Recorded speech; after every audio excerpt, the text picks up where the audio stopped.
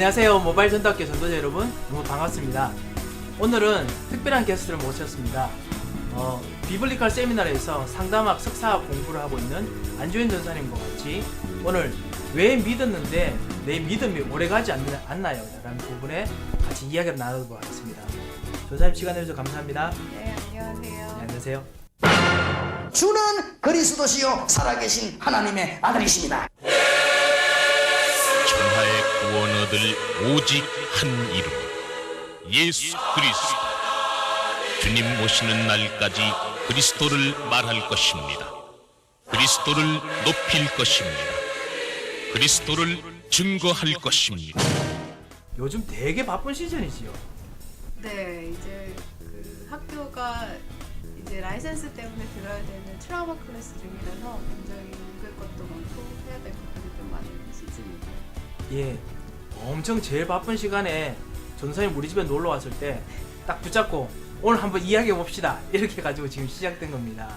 현장에서 예수가 그리스도라는 것을 실제로 믿고 그리고 또 그것 때문에 진짜 믿고 쭉 지속해야 되는데 이 가다가 사람들이 사실 떨어지잖아요, 그지요? 그렇죠. 떨어지고 그러면 우리 목사님들, 저 같은 말씀 전하는 사람들이 아니 예수가 그리스도는 굳게 믿고 끝까지 가면 응답 받는데 왜 응답 못 받냐 이렇게 하거든요. 아니면 또 실제로 우리 스스로가 진짜 이 말씀 굳게 붙잡고 지내는데 나는 왜 자꾸 말씀을 끝까지 못 붙잡고 응답 못 받고 자꾸 떨어질까 이렇게 생각을 합니다, 그지요? 그렇죠. 그런데 대부분 그것이 우리의 인지적인 부분, 그 다음에 우리 심리하고 관련된 부분도 분명히 있을 것 같은데 그 부분 대부분 고려 못하고 가는 부분이 있는데 상담하시면서 그런 것들 꽤 좀 보이시죠, 그죠? 많이 만나게 되는 것 같아요. 예.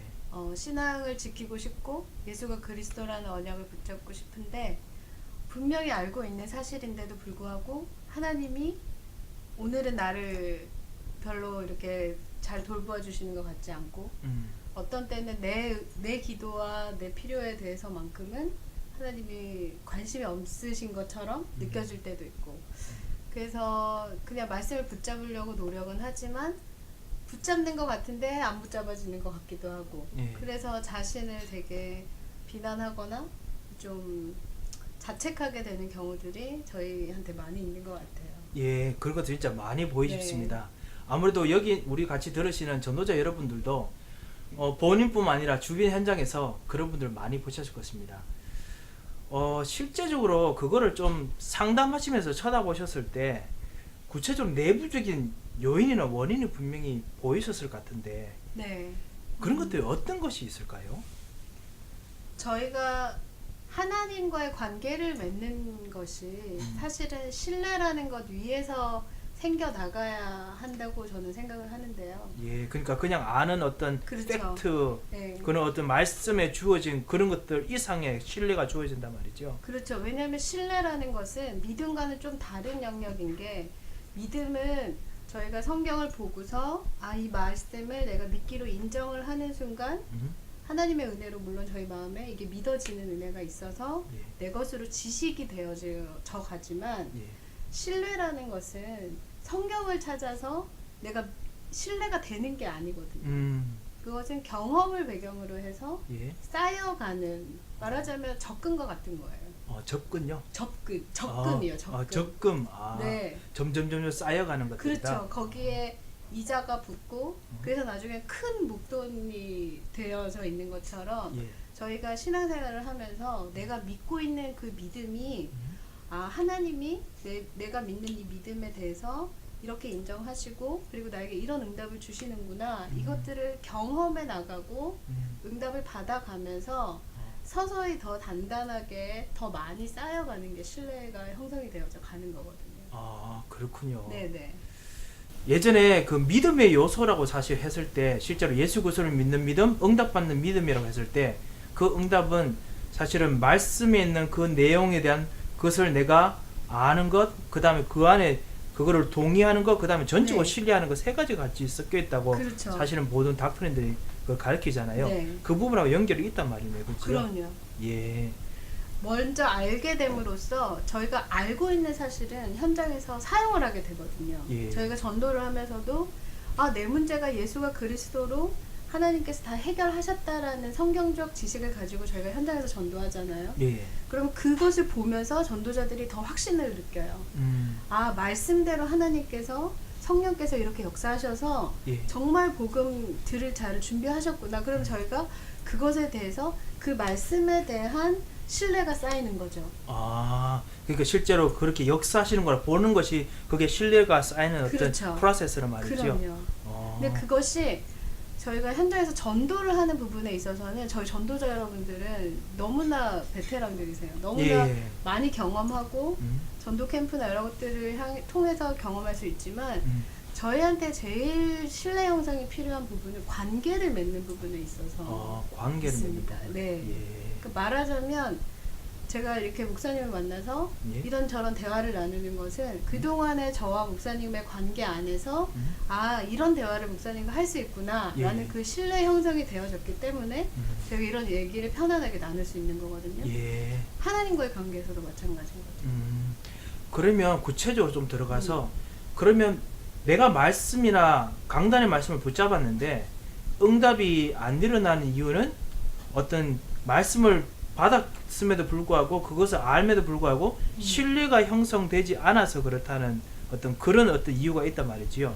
그럼 신뢰를 무너뜨리는 어떤 요인들도 있겠네요. 그러면요. 무너뜨리는 요인도 있을 수 있고요. 그리고 하나는 저희가 주시는 말씀을 붙잡았을 때 하나님께서 이 말씀대로 역사하실 것이다 라는 것에 대한 신뢰 형성이 첫 번째는 제일 필요한 거죠. 아, 그러니까 하나님께서 역사하실 것이다 라는 신뢰 형성이 구체적으로 쌓여있지 네. 않는데 거기서 우리가 낙심해서 생긴다는 말이지요. 그렇죠. 그래서 보통은 많은 목사님들께서 말씀을 붙잡으면 된다 라고 말씀하시는데 많은 성도들의 갈등을 제가 들어보면 말씀을 붙잡는 것 같은데 잘 붙잡아지지 않아요 라고 말씀하시는 분들도 많고 예. 어떤 분은 붙잡았는데 하나님이 별로 관심이 없으신 것 같아요 라고 저한테 얘기하시는 경우도 많이 봤어요. 예. 네, 그런 두 가지의 요소들도 있을 수 있겠죠. 그러면 말씀을 붙잡았는데 하나님께서 내가 붙잡은 말씀에 관심이 없는 것 같아요. 이거는 어떤 생각에서 그런 것들이 나오게 되는 건가요?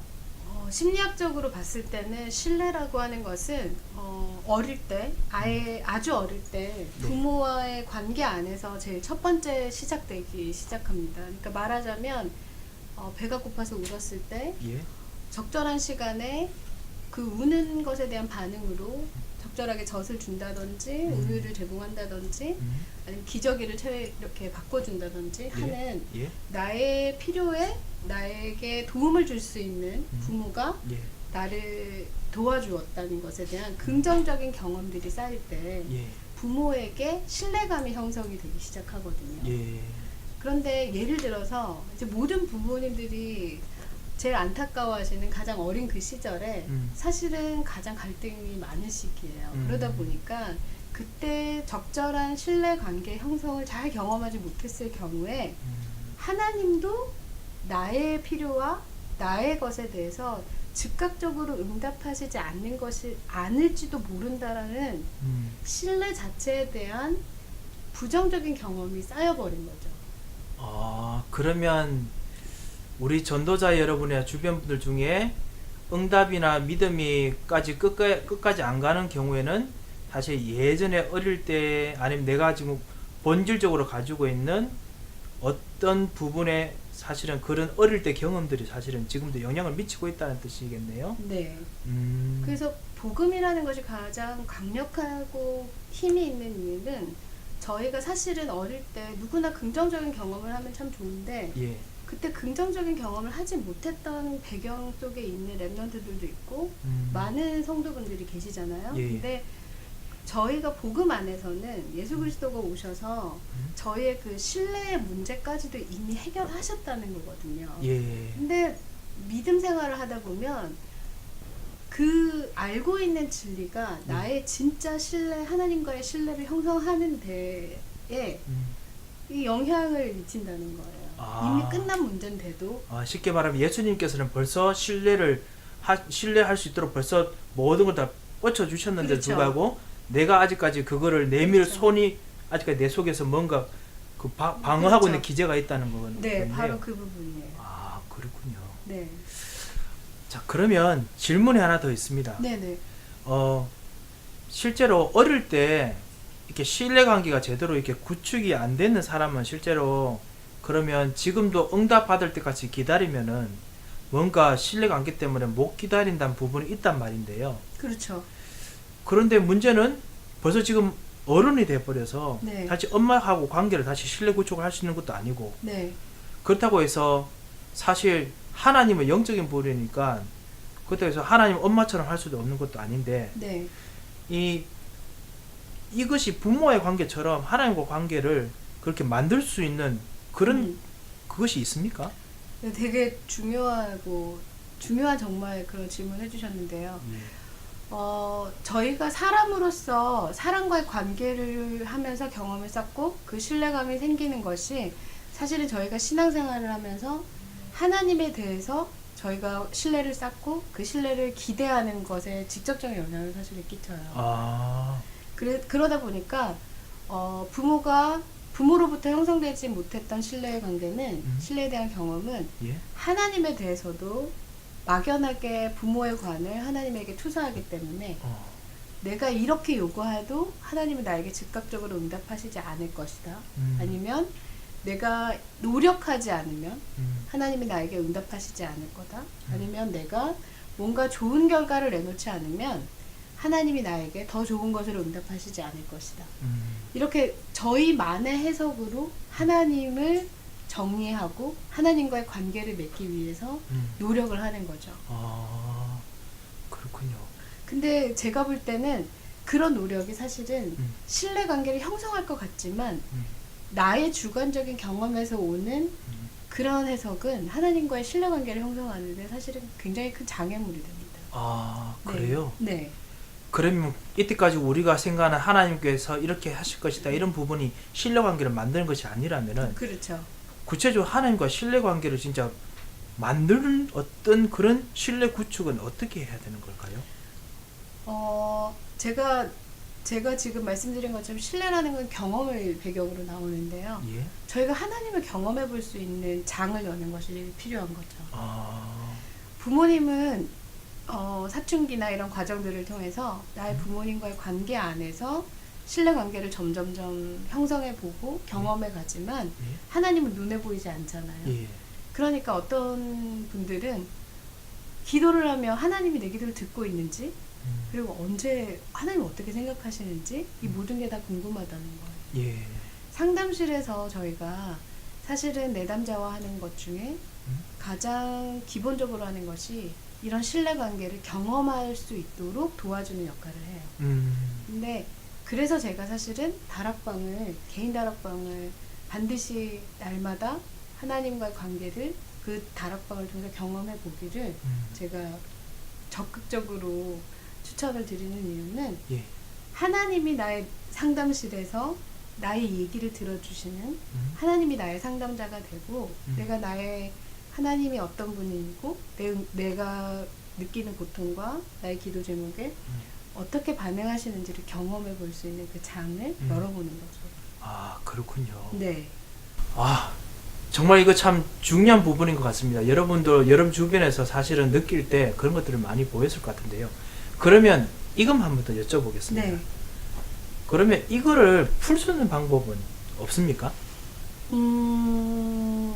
풀 수 있는 방법이라 푼다는 표현보다는 사실은 저는 성도님들이나 많은 랩런트들에게 이런 얘기를 좀 해주고 싶어요. 저희는 신뢰를 완전하게 가장 아름다운 모습으로 신뢰를 형성할 수가 잘 없어요. 그러다 보니까 하나님을 믿는 것 같이 느끼지만 여전히 불안한 거죠. 하나님이 응답 안 하시면 어떡할까? 내가 필요한데 하나님은 그냥 나보고 그냥 이겨내라고 하면 어떡할까? 라는 불안감이 올라오거나 염려가 생길 때 하나님 앞에 고백하는 거예요. 어떤 부분을 고백해야 되냐면 하나님이 믿어지지 않는다고. 내가 말씀을 붙잡지만 내 마음은 하나님이 이 말씀대로 나에게 역사하시지 않을 것 같이 하나님에 대한 신뢰가 나한테는 아직 잘 형성되어지지 않은 것 같다. 이렇게 하나님 앞에 사실대로 고백하는 게 제일 첫 번째 필요하고요. 아, 그게 나의 신뢰를 점점점 뻗쳐나가는 좀 약간 좀 더 커지게 만드는 그런 그렇죠. 방법이 기도인가 보지요. 말하자면 그 개인 다락방이나 말씀을 묵상하면서 하나님 앞에 나를 사실대로 고백하는 시간이 저희한테 반드시 필요합니다. 예, 그러면 마지막으로 좀 더 연결된 질문을 한다면은 내가 이 믿음이 신뢰가 구체적으로 되지 않는다라고 하는 방법을 구체적으로 좀 더 발견하고 그래서 좀 신뢰를 좀 더 확장시킬 수 있는 그 장이 필요할 텐데 그렇죠. 어떻게 만들면 좋겠습니까? 저는 개인적으로 봤을 때 개인 다락방이라고 생각을 해요. 개인 다락방. 네, 저희가 기대어 보는 거예요. 아, 하나님 앞에 내가 이 말씀을 한번 붙잡아 보는 거예요. 내 느낌과 내 생각은 하나님이 응답하시지 않을 수도 있다라는 나의 부정적인 과거에 있었던 신뢰 형성 경험 때문에 여전히 하나님은 나한테 관심이 없을 수도 있어 라고 느껴지지만 개인 다락방을 통해서 하나님이 나에게 어떻게 하시는지를 한번 경험을 할 수 있는 그 장을 열어보는 거죠. 개인 다락방을 통해서 장을 열어본다. 네. 그거 통해가지고 실제 구체적으로 하나님과의 네. 신뢰 관계를 계속 물어보고 질문하고 내 자신을 계속 하나님과 컨설트하면서 네. 발견한단 말이죠. 왜냐하면 저희가 그 장이 없으면 과연 하나님이 어떻게 일하시는지를 경험하면서 아까 제가 말씀드린 것처럼 적금처럼 내가 이런 문제를 하나님 앞에 고백하고 내 마음의 힘든 부분을 되어주지 않는 부분을 하나님이 믿어지지 않는 부분을 고백했을 때 성령님께서 정말 이렇게 역사하셨다 하는 것을 조금씩 다락방을 통해서 말씀 묵상을 통해서 기도 체험들을 통해서 쌓아가다 보면 나중에 저희가 하나님 안에서 이렇게 되어져 있는 신뢰 형성을 저희가 체험할 수 있는 그 시간이 반드시 온다는 거예요. 예, 그렇군요. 네. 혹시 그거에 대한 과학적 증거가 있습니까? 사실은 신뢰 형성을 상담을 통해서 저희가 많은 카운셀러들, 그 다음에 내담자분들이 찾아왔을 때 저희가 그 신뢰 형성을 기반으로 해요. 아, 그 로저스라고 하는 유명한 예. 그 심리학자가 그냥 그 사람이 있는 그대로 진정성 있게 인정해주고 믿어주면서 그 사람을 신뢰해줄 때 이 사람이 상담실이라는 곳에서 긍정적인 신뢰 형성을 하는 것이 이 사람 인생 전체를 바꿀 수 있다라고 그 사람의 관점은 그렇게 심리학적으로 신뢰관계를 얘기를 하거든요. 그 상담실 안에서 이루어지는 신뢰 형성을 사실은 카운셀러로서 저희가 제일 목표로 두고 있고 그것들을 위해서 상담을 하고 있어요. 그럼 그거 통해서 실제적으로 신뢰 형성이 일어나는 케이스들이 엄청 많단 말이네요. 그렇죠. 그리고 이것이 우리의 개인 다락방을 통해서 하나님과 컨설트하는 것과 같이 비슷한 어떤 맥락을 가지고 있다는 뜻이네요. 네, 왜냐하면 저희가 상담자라고 하긴 하지만 그 내담자를 진정성 있게 진정한 사람으로 인정해주고 신뢰해주는 데까지 사실은 상담자들도 처리해야 되는 부분들이 굉장히 많아요.